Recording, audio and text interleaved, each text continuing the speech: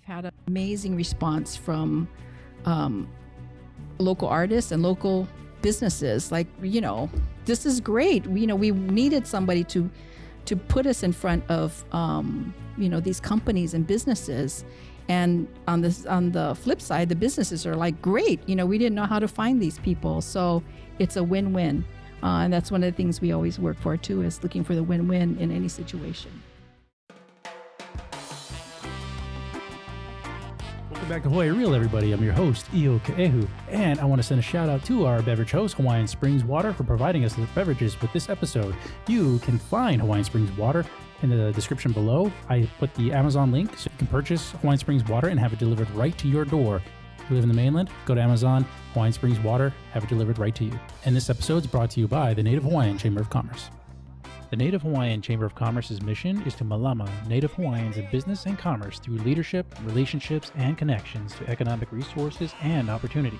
The Chamber's programs and events are designed to facilitate connections and promote business growth, professional and economic development, and sustainability. The Chamber's membership is open to individuals, nonprofit organizations, and businesses of all sizes. To learn more about the Chamber and how you can join, visit the website www.nativehawaiianchamberofcommerce.org.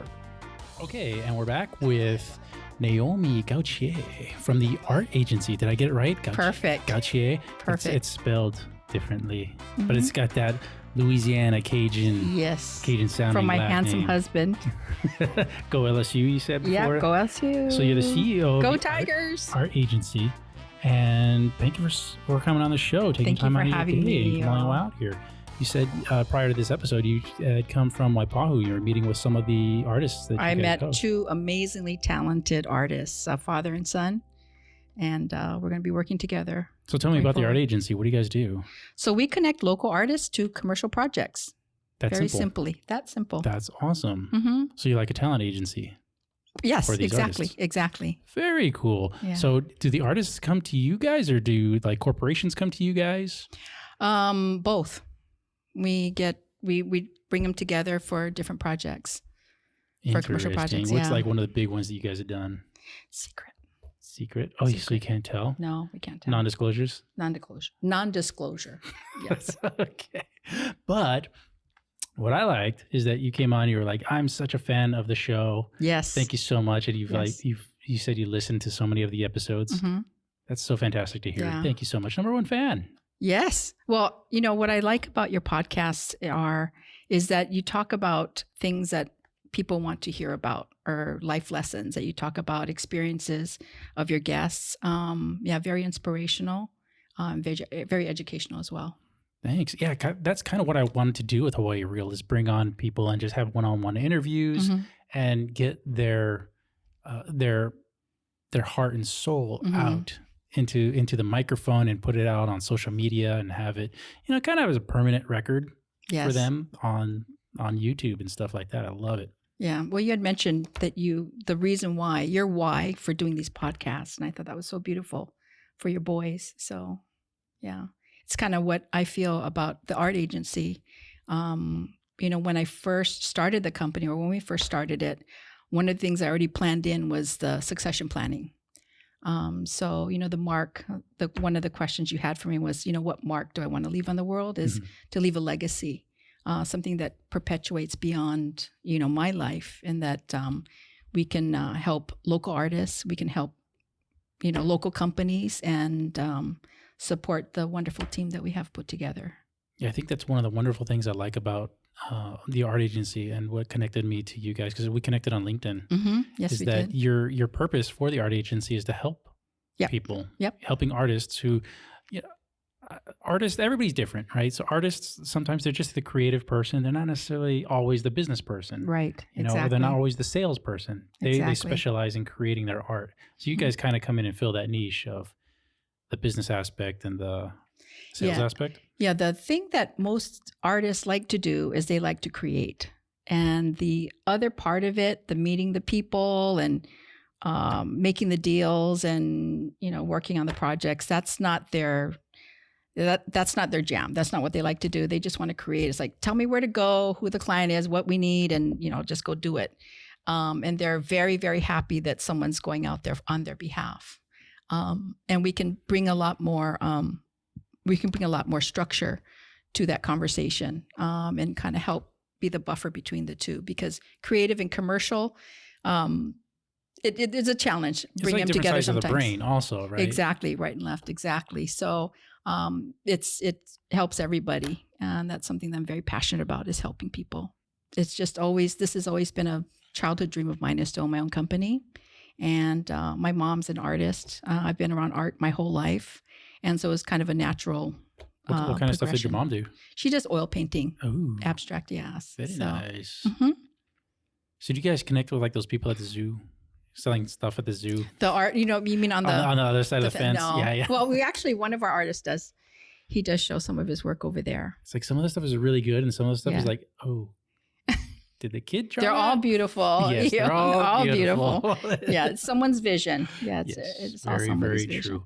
And I mean, being a podcast creator and putting content out on social media and stuff like that, I find that I'm kind of delving into the artist industry, where it's like, Yes. I have to create thumbnails and Instagram posts and stuff and make it look visually appealing. And I was like, I have no idea how to do that. I'm just kind of shooting blanks out in the wind. I was like, I don't know what I'm doing. But It's you hard. figure it out, right? Trying. Yeah, I'll figure it out. Well, you're doing a great job. It's like I'll do it and fail, and then do it and fail, and then like figure out what works and what doesn't work. It's just what sticks. You keep trying to just throw the pasta on the wall, see what sticks, and Just go do with it. that. Yeah, Just freaking do it. exactly. It's one of our biggest pieces of advice we can give people is like, just do it. Yeah. So, what made you start the art agency, from doing retail job and having a mother as an artist to filling this niche? It's a great question. So this last time, because of COVID, myself, along with many, many other people, were laid off. And my husband said, this has been your lifelong dream. Why don't you try it? You've made millions for other people. Do something for yourself. And there was a meeting that I went to, and this place had just been renovated, and they had this large art piece, and it wasn't from a local artist. And the local artist work was, relegated to a smaller space. And I thought, something's wrong with this picture. And that was the seed. That was the why for me, to start the art agency. And, the universe has put together some wonderful people, and, that we've met to help make that dream a reality. Nice. So what was your initial feeling when you saw that painting or that work of art? That work of art? That wasn't local. It was heartbreaking. And knowing the people whose business it was, they want to support local. They just didn't know how to find the person that could do something for that particular space. And so that's what we do. And everybody we've talked to, has been very receptive and very open and enthusiastic about supporting local artists. And, they said, oh, we're looking for this. Oh, we know someone who can do that. Oh, we didn't know. So it's doing that. The other thing is, as you mentioned, some artists, they don't understand business. They don't understand marketing. Artists, a lot of them will be the first one to tell you they're introverted. They would prefer to just kind of keep to themselves, and to be able to bring them in front of in front of a commercial audience is very powerful, and it's very, very it's very rewarding to do that. There's one artist in particular, Don Matsumura. He's out in Waianae, and he makes these amazing, amazing stone sculptures.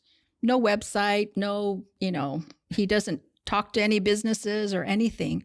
But he's just an amazing talent. We had the opportunity to visit him, at his home, and he just has the most beautiful, beautiful pieces. And so we want to help, bring him to the commercial projects and see his work, where other people can enjoy it. Was anybody doing this before you guys started? There's other people that do things similar, but we're focused on the B2B, solidly on the B2B market. That's business to business. Business to business. Yeah, Yes. my acronyms. Yeah. Sorry.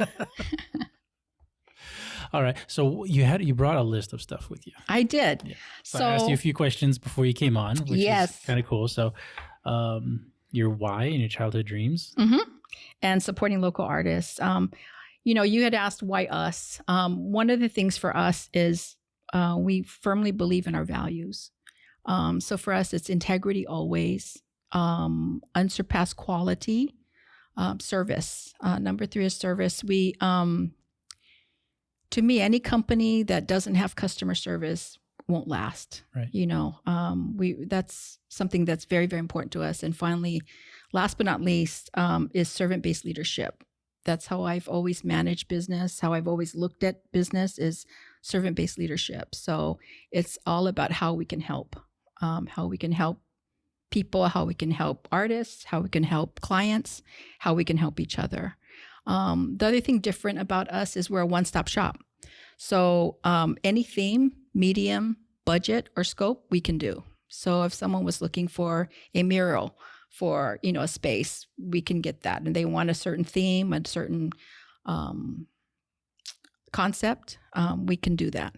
So we literally are a one-stop shop. We can do wallpaper, vinyl, metal, G-clays, you name it, we can do it. I got to show this. You guys brought me that gift here. This little metal wave painting. Oh, no, it's not a painting. It's a photograph. It's a photograph. It's a metal print. I'll take a picture of it and put it on. It's good stuff. It's a little wave, like a, what do they call it? I'm having a brain fart here. The barrel. The barrel of a wave on the beach. And it matches the water bottle too. It does. It's so beautiful. Perfect. I love this. And I'm a boogie boarder, so bodyboarder, whatever. I call it boogie boarding because I'm not a professional.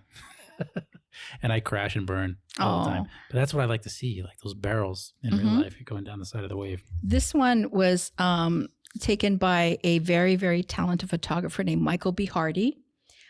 He is, and this is titled Matsumoto's. Okay.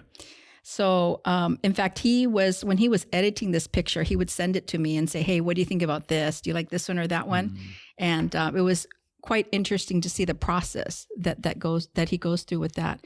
Michael, right now, he was here. Right now he's in Georgia, and he is about to embark on a tour. This is his bucket list to go to all the national parks in the country. That's a lot. And take pictures in a Tesla named Dr. Watson. So he's up there, and he's got Baby Yoda with him too, by the way. That's going to accompany him. But we're going to follow him as he goes around and takes pictures at all the different state parks throughout the nation. Grogu, yes. Baby Yoda to me. It's still Baby Yoda to me too. I said, just don't take any frogs' eggs. Oh, don't they? You know that one, right? You're a sci-fi fan. I love this. Yeah. We were talking earlier about before the podcast about Star Wars and which is better, Star Trek, Star Wars. Which Star Trek I like best.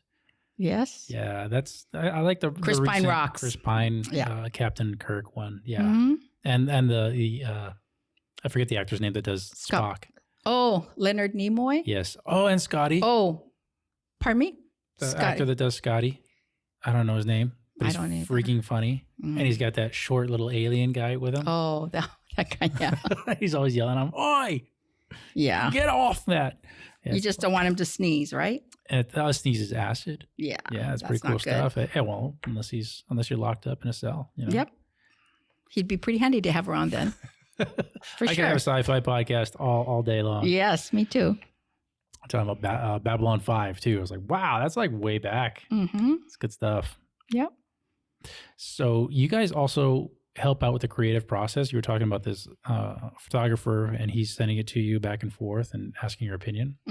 Well, it's more just showing me what he was working on and how he was doing it. But yeah, it's when you understand how much work goes into it and how much technical skills goes into creating a piece of art, you really appreciate it that much more. It makes it that much richer when you're looking at it.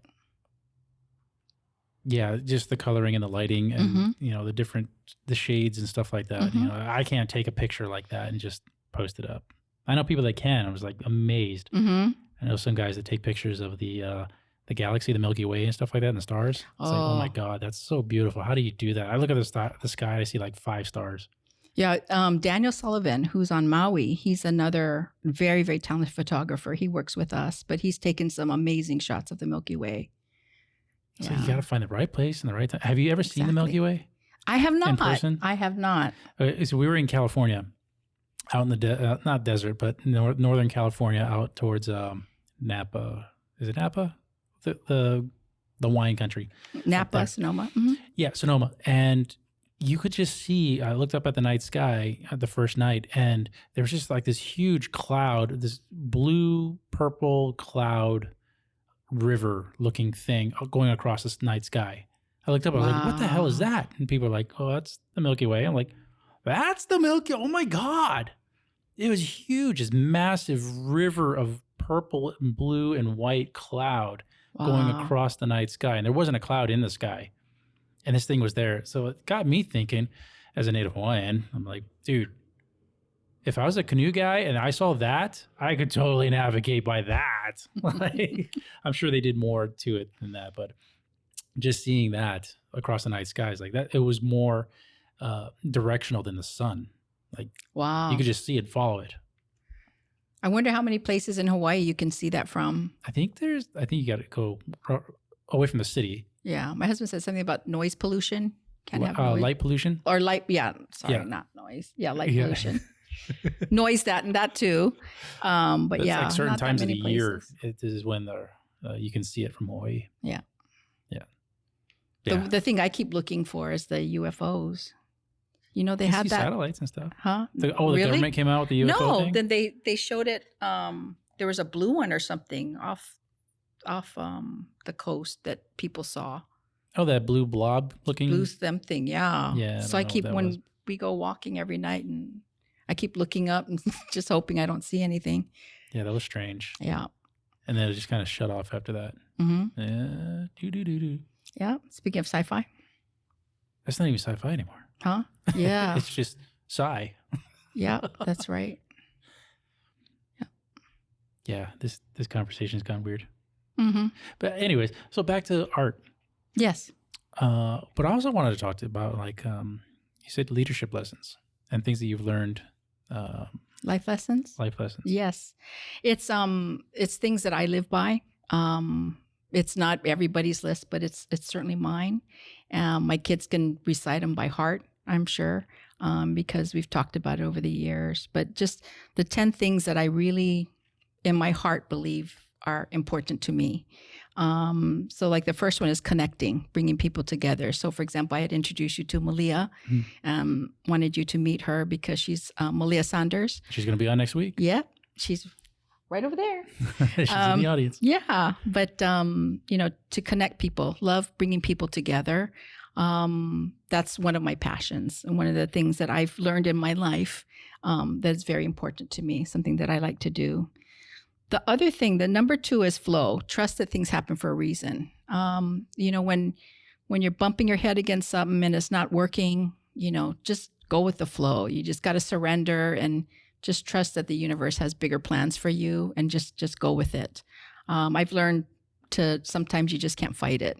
The other thing is to be open to things. How I met the 2 artists today, I just kind of trusted how the universe led me to them. And it was just an amazingly wonderful meeting. And I really look forward to working with the both of them. Hey listeners, if you enjoyed this episode, be sure to subscribe to the YouTube channel Hawaii Real. And if you would like to be a guest on Hawaii Real in the future, hit me up at email, hawaiirealpodcast@gmail.com. You can go to the website, hawaiirealpodcast.com, and sign up and subscribe over there too, and I'll get your email. So as always, stay happy, Hawaii.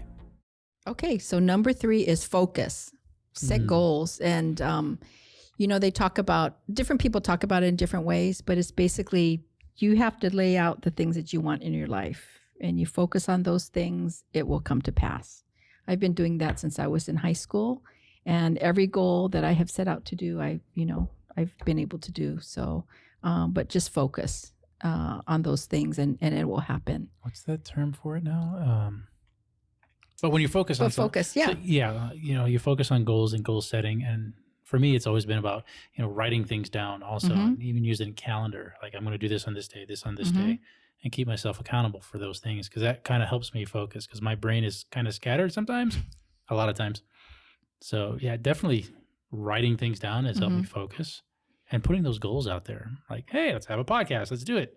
Yeah, Boom. it was interesting. Someone told me to write, 5 things down. Pie in the sky, things that just you didn't think that could happen, and write them down. And I had put them in my wallet and I forgot all about it. And they said just make it as outlandish as possible. And I wrote those 5 things down. I put it in my wallet. 5 years later, I'm cleaning out my wallet and I find it. And every single one of those things had come to pass. Nice. Every single one. So I you showed weren't it to even my paying husband. attention to it. There wasn't No. even focus. There was Just put it out there in the Manifest. universe. Yeah. nice. So it was, but focus, definitely. Number 4 is gratitude.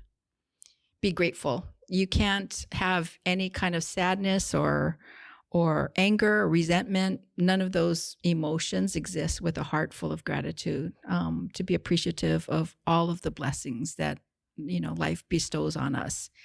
And I tell my daughter, it's there's a I read it somewhere as E plus R equals O. E plus R equals O. Event plus response equals outcome. Oh, So you can't control necessarily what happens to you, but it's how you react to it is how that outcome is. And so I like to choose to see, the things or challenges or problems as an opportunity. And I look for the blessings in them. So always, number 4 is gratitude. I like great quotes, and to go along with that, I Mhm. heard one that was a guy saying, I no longer say I have to do something. I Right. say I get to. do Mhm. something. Yeah. I don't have to go to work. I get to go to work. Mhm. And that changes his whole outcome on that, and really perpetuates positive energy Mhm. in his day-to-day life. And I'm kind of trying to do that too. Work Wonderful. can sometimes be stressful. Just like, have gratitude that you have Yeah. a job. You have a very stressful job. Sometimes. Yeah. Sometimes easy. Shh, don't Okay. share. Anybody. Okay, go. Gratitude. Number 5 is help. Throughout my career, throughout my life, I've always wanted to help. So it's how can I help you? When I go into a new place, I'm meeting people for the first time. That's my first question. How can I help you? When I meet someone on LinkedIn or make a connection with somebody, how can I help you? That's my passion. That's what I like to do is to be helpful to people and support them in achieving their dreams or their goals or their aspirations. That's what helping is all about. And that's like the amazing part about you creating your business, is that you're creating the business specifically to help. Yep, exactly. And I think with people that want to create businesses or entrepreneurs or future entrepreneurs, they need to really think about that. It's like, how are you going to help other people? That's how you're going to have a successful business. Mm-hmm. Exactly.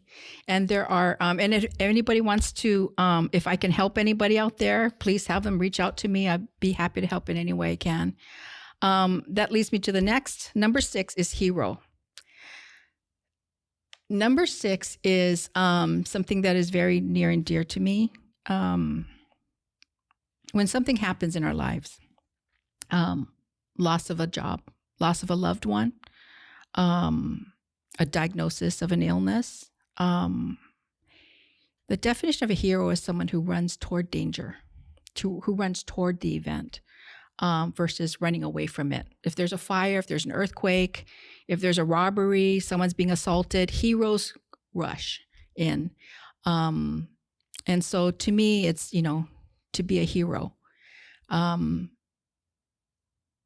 would challenge anybody listening to this podcast to pause and call, email, visit, reach out to someone who needs help, that needs help. I was talking to a friend who, when he was laid off, he was devastated.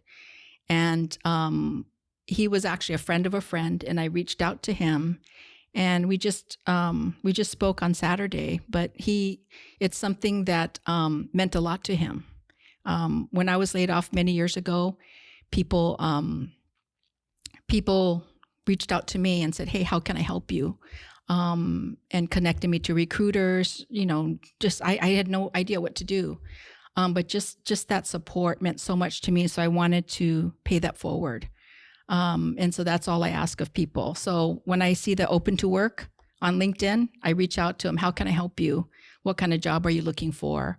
But always, be the hero, be the first responder. Reach out to somebody. Even if you don't know what to say to somebody, just tell them that you're there, you're thinking about them. It means the world. It would mean the world to somebody. But be a hero, someone like yourself, police officer,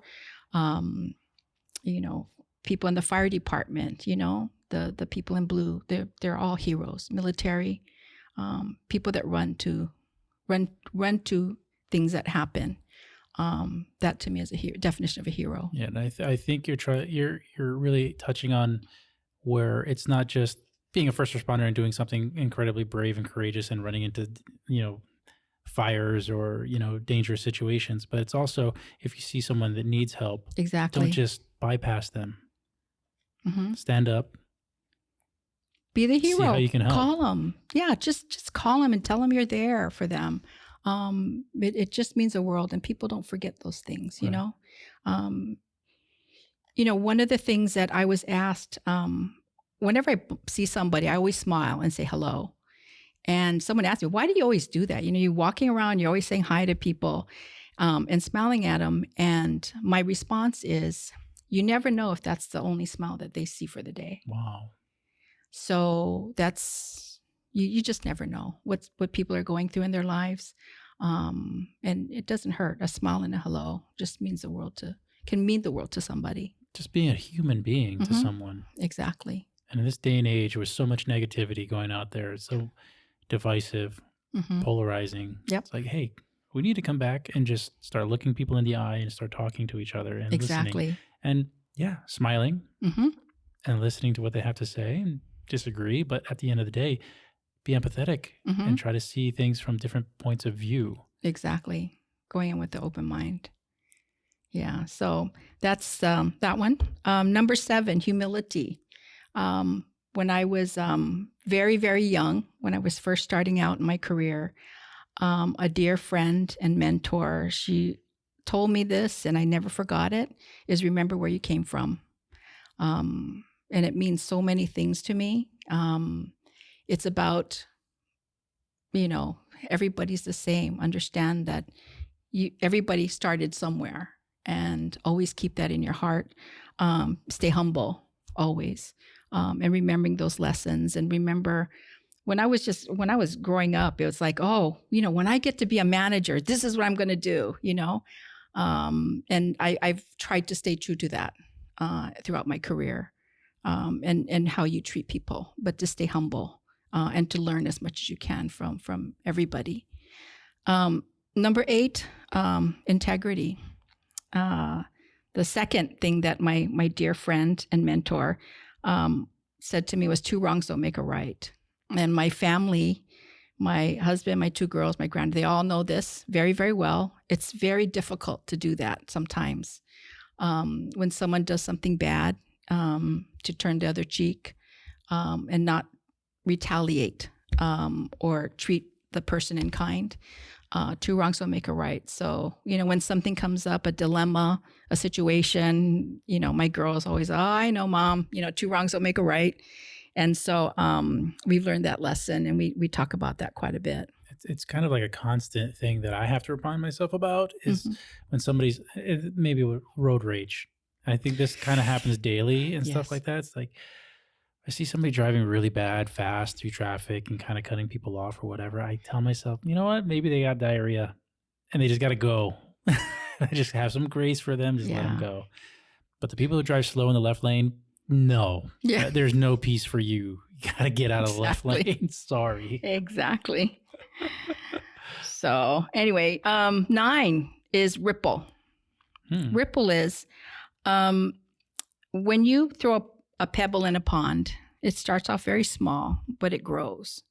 So my lesson to my girls is, when something bad happens or when someone does something bad, it has a way of growing bigger and bigger and bigger. But on the same token, something good can do the same thing. So it's being that ripple, remembering that one small gesture can have a profound impact over the course of time. So it's always important to make sure that it's a good ripple throughout life. And then finally, support, something that, why we started our business, why we do what we do is support local. I don't know about you, but my favorite poke place closed during COVID. My favorite boba drink place closed. I mean, I tried as much as I could to frequent these places when I could to support them because I wanted them to still be here, when we get out of this craziness. And certainly for supporting local, buying foods grown in Hawaii, supporting the local bakery, supporting the local plate lunch place, we have to support each other. I did this, I have a confession to make. I've never had one full cup of coffee in my life. I had 5 this morning. Did you? I have 0. I have never had a full cup of coffee. Don't start. No. So what I did was I said, okay, I have a confession. I've never had a cup of coffee. Please nominate your favorite local coffee. Mm-hmm. And that will be my first cup of coffee. Oh, you want me to nominate? No, that's what I sent out there. Oh, what did you get back? I got one response for one place. What was it? It was Glazers. Glazers, never heard of it. It's Glazers. It's by Puck's Alley. Okay. Yeah, out by the Humane Society. Oh, it's kind of in between there. It's a place. It's a very cool place. Mm. And so when I went in, I told her this is my first coffee drink ever, and so no pressure for the barista. But she made this beautiful drink, and then something happened. There was some minor crisis, and I wasn't able to drink my first full cup of coffee. Did you have a sip? I had a sip. Okay. It was delicious, but I didn't get a chance to have my first full cup. So if anybody wants to nominate a good local coffee, I am totally game to try. I'm going to throw one out there. Honolulu Coffee Company. Oh, there you go. Then that's all I have. What flavor? Just a regular coffee. Just a regular, okay. Yeah, so it's grown from Kona. So it's 100%, I think it's 100% Kona coffee, maybe. But it's like really nutty flavor. Okay. And cream and sugar or just straight? I put cream. Cream, okay. I don't really sugar my coffee just because I don't want it to taste too sweet. I just kind of like the more mocha flavor. And that would be sugar. Just more like the cream, okay. Coffee. Honolulu Coffee Company with cream. Yeah. Okay. Definitely. I'll let you know how it goes. Okay. But they have the place over outside of Waikiki that used to be the old Hard Rock Cafe. Oh, yes. Hawaii Coffee Experience. I think that's Hawaii Coffee Experience. I think that's what it's called. Honolulu Coffee Company. And they have one in Ala Moana Mall. Oh, okay. Upstairs by Godiva. Is Godiva still there? I don't even know. They haven't been there in a long time. I think they closed. I think no, the they're all Godiva's nodding their head. closed. Like, no, it's gone. How can Godiva be gone, man? That was such good ice cream. Yeah. I think you can get it online, but I don't. Sure. The physical space, the brick and mortar is shut down. Yeah. And then the other location for Honolulu Coffee Company, I'm going to have to ask them for a sponsor. Look at this. There you go. Downtown by the American Savings Bank building, or in the American Savings Bank building, I think. Yeah, they have a little coffee shop in there. Okay. It's good stuff. I'll go to the one that's closer to me. So that's a Honolulu Coffee Experience. Yeah, it's expensive stuff though. But if you're only having one, it's great. Okay. But I will let you know how it goes. If you're like me and you're having 5 cups of coffee a day, it's like no. I just have the cheap stuff. Is that a lot? Do you drink it breakfast, lunch, and dinner, or? Oh no, I make coffee in the morning, like a big 5-cup pot, and I'll just drink it throughout the day. So I don't eat breakfast, and I do a morning fast usually. And sometimes I'll eat lunch. Sometimes I'll go through till dinner time. Wow, that's how you lost weight. Yeah, so like the COVID-19 people had put on, I was like, I lost like 15 pounds because I stopped going to the gym. So I stopped like lifting a lot. So I lost bulk and I just wasn't eating a whole lot. So I lost weight there too. I was really good the first go around. I lost weight. And then the second go around, it just came right back and then some. Yeah, because it's hard too because the food that's available isn't always healthy and it's easy and convenient, but that's not the healthy choices that. So that's kind of why I fast because I don't like to eat healthy. So you don't? No. So what's your typical breakfast? I mean, well, I don't eat typical breakfast, lunch. right? So I mean, I'll just get a burger and fries or Oh. Panda Express or Wow. nothing. And then how about dinner? What's dinner like? I like meats. I mean, it kind of just varies, but rice, meats, Japanese food, chicken katsu from Zippy's, chili. I don't know. Yum. All sounds good. Very good. Yeah. But yeah, that's how I found to kind of help my health and immune system is to just do fasts. So usually once a week I'll do a 24-hour fast. And that'll be, I'll eat dinner one night and then I won't eat until dinner time the next night. Wow. Do you ever do cleanses or juicing and all that? No, that's kind of my cleanse right there, is doing that every week. And it kind of resets the digestive system for me. Yeah. So I don't know how we got from art to diet, but there you 5 cups of coffee. 5 cups of coffee. I'll start with 1. I'll let you know how it goes. Yeah, your productivity is going to skyrocket. Is it? Watch, yeah. I'll be bouncing off the walls. All day long. Drink it in the morning because you're going to be bouncing off the Okay. I remember my first cup of coffee when I first started drinking coffee as a cop, because I didn't always drink coffee. How old were And you when you started drinking coffee? I was already in the police department, so in my early 20s, 25, 26. And I was just Oh. like bouncing in my car, and I just wanted to write tickets all day. Oh, Yeah, so it boy. was really good, really fun. But So how long have you been a police officer? December makes 19 years. Wow. Thank you. So I got another 6 years to go before I can skedaddle with retirement. Yeah. Nice. And yeah. Sorry, I'm not staying longer than 6 years, guys. People are listening. Well, then you like, can "Oh, do should-" this full time, right? Totally. That's kind of the direction that I want to go with Mhm. podcasting. Not just my podcast, but I want to create other people's podcasts and help Nice. businesses do series of podcasts and stuff like that. Because I think it's a niche that's not being filled here in Hawaii. Mm-hmm. Not yet, anyway. So got all the gear. Mm-hmm. Why not? Yeah, absolutely. Yeah. So that's the kind of the full time business model that I got going on. Starting to write a business plan. Mm-hmm. I'm terrible at it. Oh, I'm just gotta I'm do not a it, business right? guy. I don't know what I'm doing. you just have to go out and do it. Yeah, you just have to go out and do it one step at a time. You got to fail and Mhm. continue doing that, and just ask for help. Also, Mm-hmm. I like your steps, and help Thank is you. definitely on that list. Yeah. I put it in alphabetical order. That's why it was in that order. Ah, Yeah. Just to kind of keep, little method to your madness. just there. a little. Yeah. But they're all equally important in my heart and I guess my life lessons. Okay, so a big question that's coming up in my head, we kind of discussed this a little bit off camera. Actually, we discussed it a lot off camera, but kind of want to touch on it a lot here, is supporting local. And that's kind of what your art agency is doing. You're focusing on supporting local artists Yes. specifically, not necessarily any art, like connecting a business to any artwork or connecting any artwork in the world to a local business. It's connecting local artists to local businesses. Is that correct? Local projects, Local commercial projects. projects, yes. And elsewhere too. One of the things that's challenging for example, for some of the big projects here, and buildings, hospitals, industrial type of buildings, or projects, they contract mainland architects, mainland designers, who may or may not necessarily understand the cultural appropriateness, for lack of a better word, understand those things, or know how to reach out to local artists. But the overriding thing for us is for me also personally, is supporting local. When I'm in the supermarket, I buy locally grown produce. When I'm looking for clothes or, skincare products, I buy local. Any chance I get, I support local, because one of these days they won't exist, if we don't. So, and there's so much talent here. We were talking about this off camera.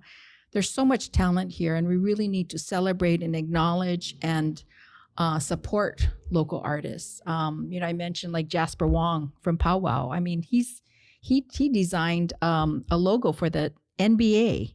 The Hulu streaming platform, yeah. Hulu, the for the Asian Pacific, the logo, that was him. Oh, cool. That was Jasper Wong from Hawaii. He created that for Hulu. He's done stuff in Kakako. He does all the murals, or he the powwow do the murals that are out in Kakako and elsewhere. Kamel Hadar is also co-founder of Powwow, and he's done some amazing things. But there's so much talent here in the islands, and there's just so many tourists that we can fit, or visitors we can fit here to the islands. And one of the things that we can do to, we're talking about diversifying, but what we can do is take Hawaii out, through artwork, through the talents, through Shaka Tea. Shaka Tea is a local company. They are all over the mainland now. They're in, big box retailers. One company that I'm just a huge fan of is Mana Up. They are doing some amazing things, and they're, I wish back when I was in college, I wish that they had been around, because my dream was to open my own business back then.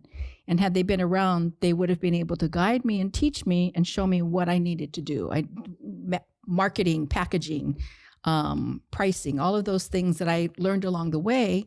But I wish I had known, and Mana Up had been there back then, because I would have definitely been on an entrepreneurial path much sooner.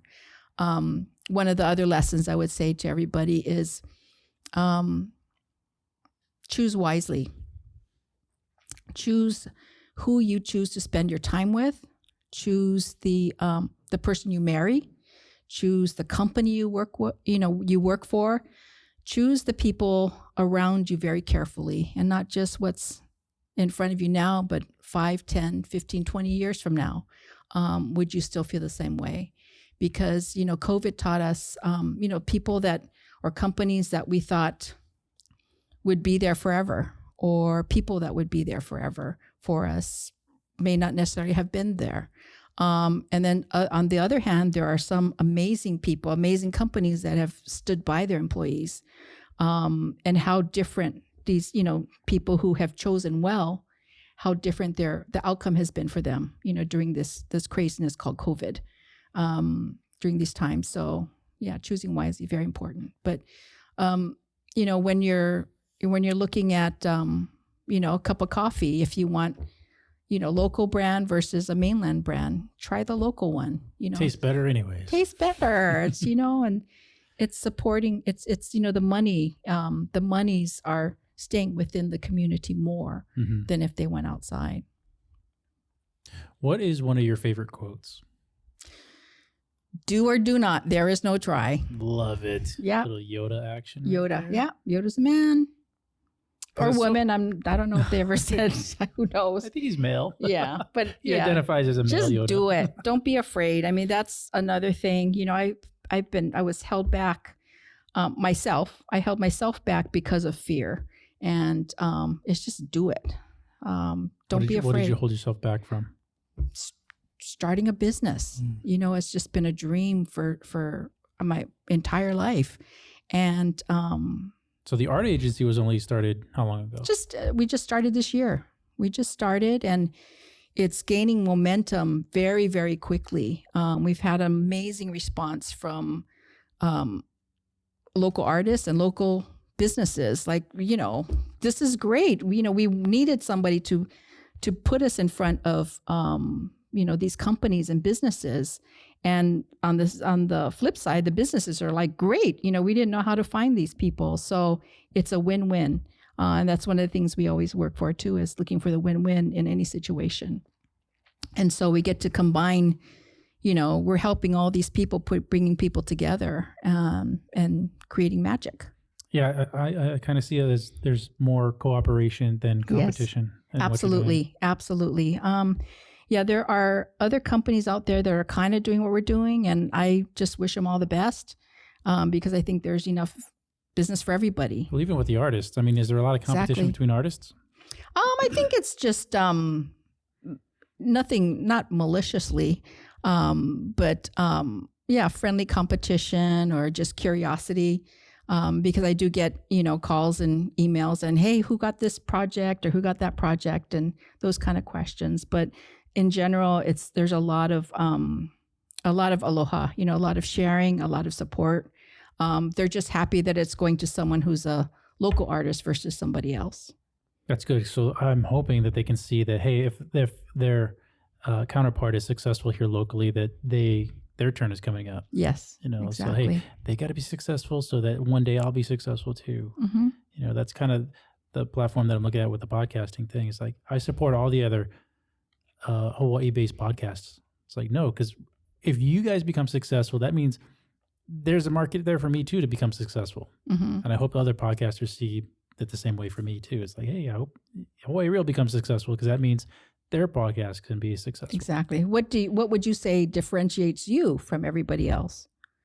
The time that I put into it is one of them, but also I think just the forward vision that I have with not just making a podcast, but making multiple podcasts, Mm-hmm. and the fact that I want high quality video and audio for the podcast. I want to make it more look like a professional production than just something that you did on your iPhone or it's not that. Basically, it's much better than just an iPhone podcast or something you're gonna hear on what is that, Clubhouse app on iPhone, something like that.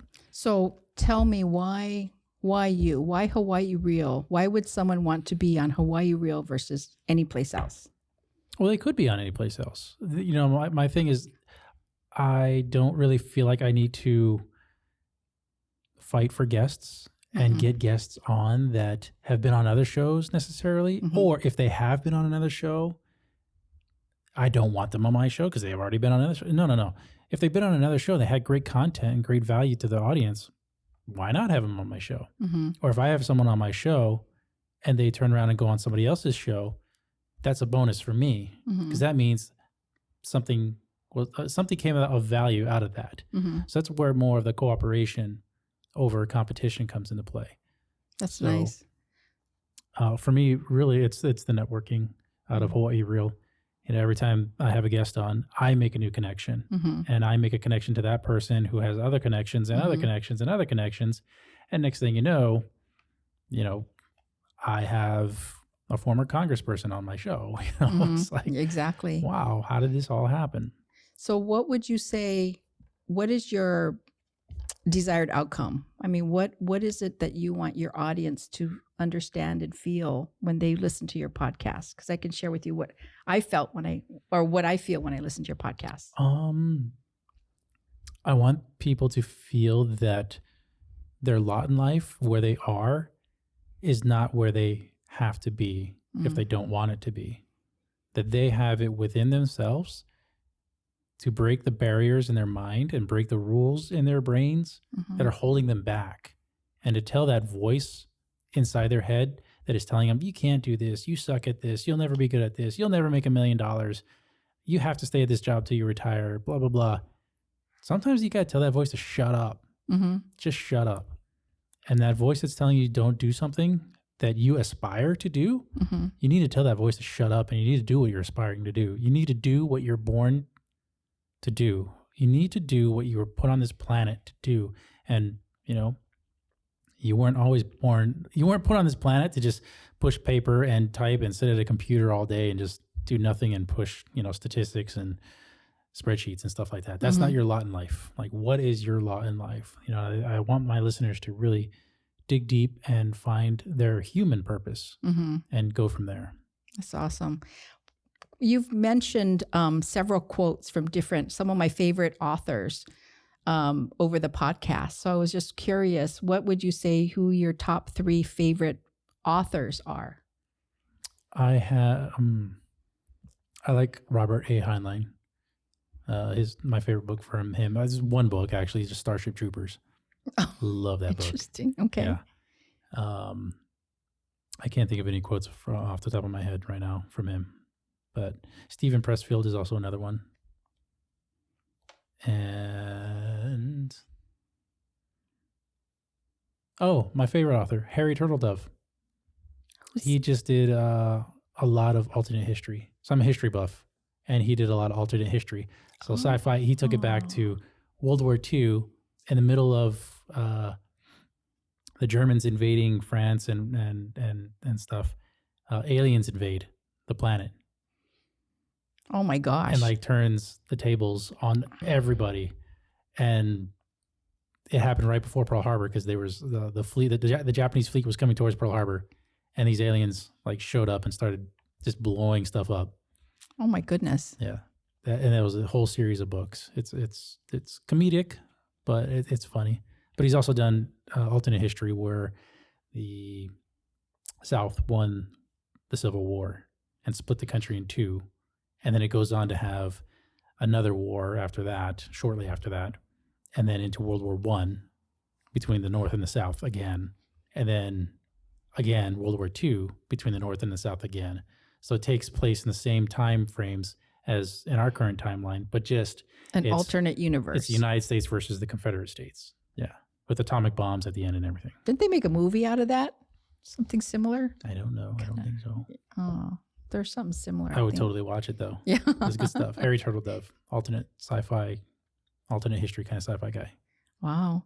What prompted you to do the podcast? I mean, I love when podcasts. but when you first said, okay, this is what I'm going to do, and I'm going to get the equipment, I'm going to line up the people, and how do you figure who you're going to have on? I'm so grateful that you invited me on to your podcast, but how do you determine who comes on? And I just shout out there to the world and start asking people and start looking at their social media and what their backgrounds are, where they're employed, and if they have a big following or if they don't have a big following, if is their business something interesting, and do they have something of value that I can learn? So I think the big part of this podcast that I've grown to see is that I am constantly improving myself every time I have a guest on and I talk with them.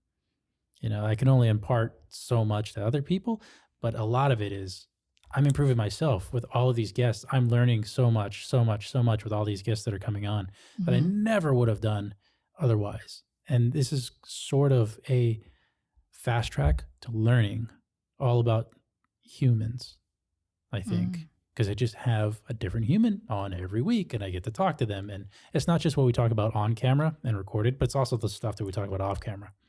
yeah, we talked a lot, didn't we? Yeah. So, It's a I mean, really it's just a interesting lot of learning. And I'm sitting conversation. here quietly listening to you talk with the audience members. I'm just like, wow, this is really intriguing stuff that I'm learning because I don't know a whole lot about art necessarily. Well, there's a lot to learn, but it's to me, you know, if you like for you, what do you see when, you know, what do you look for to feel good? What, like, you know, this photograph, for example, you liked it because you're a boogie boarder. Yeah. So what kind of art do you like to see, or what motivates you or inspires you, or when you see it? Like for me, when I see a beautiful piece of art, I feel happy. You know, it takes me to a very, very happy place. So we talked off the camera about that Van Gogh exhibit that came. Yes. And I think for me, that's not my jam. But we also talked on camera about seeing the Milky Way. Yes. And I've seen photographs of the Milky Way, Yes. stuff like that. Is it art? Yes, no. I mean, it's actually there, but people have taken pictures. That is completely inspiring to me. I don't know why, but it is. You know, seeing the stars, seeing artwork that is more nature, like the waves, the oceans, mountains. I love that stuff. I think our bodies are in tune to what we see in nature. So I think those reactions that you have are quite common. And for most of us, when we see those kind of things, it elicits, it calms you down, and it takes, you know, it just makes you feel more relaxed. Yeah. And happy. Like for me, it makes me happy. When I look at the art that, you know, when I look at art in general, just wondering what they were thinking, what the artist was thinking when they created it. There's some just brilliant, beautiful pieces out there. And, you know, I'm so honored to represent these artists and take it out to the world and show other people what we see, you know, the beauty that we see. Yeah, all these new generations of people, millennials and beyond, need to see all of this old art and new art that's coming out and see that, hey, yeah, there's a lot of art out there, and this is what maybe you should be hanging up in your house. Like, you don't need to just stare at your YouTube screen or your phone all the time. You know, you actually put up artwork in your home. Yeah, exactly. It beautifies the space. It supports local. But it's important, I think, for people to beautify their environments. And it makes people calmer and much happier, I think, overall to do that. Yeah, That's definitely brilliant. does. Yes. Any last words for the audience? No, thank you everybody for listening to me. I don't know if you knew this, but I was very nervous. But thank you, Io. You did most great. of all, You did thank you. fantastic. You're such a wonderful, gracious host, and I really, really enjoy myself. And thank you for letting me share my 10 life lessons. But thank you. Really Awesome. appreciate it. Thank you so much for coming on and sharing your 10 life lessons. Thank you. All right, everybody. Naomi Gautier. Did I get it Perfect. right? You did. Wow, I could remember it. And as always, you want to say it? What? Stay happy, Hawaii. Stay happy, Hawaii.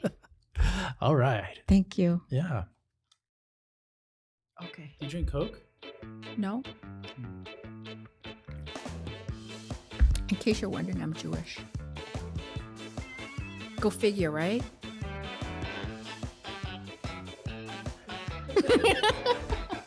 I'm Jewish. I am. Japanese Jew. So, Yeah. so you're not allowed to drink Coke? No, I can drink Coke. I'm just saying. Oh, I thought that related to the question of drinking No, Coke. I thought I'm maybe Jewish. he thinks like, I'm Mormon or something, right? Mormons don't drink caffeine, Pretty right? sure Jewish drink Coke. Yeah. I had Jewish friends in college. We drank everything.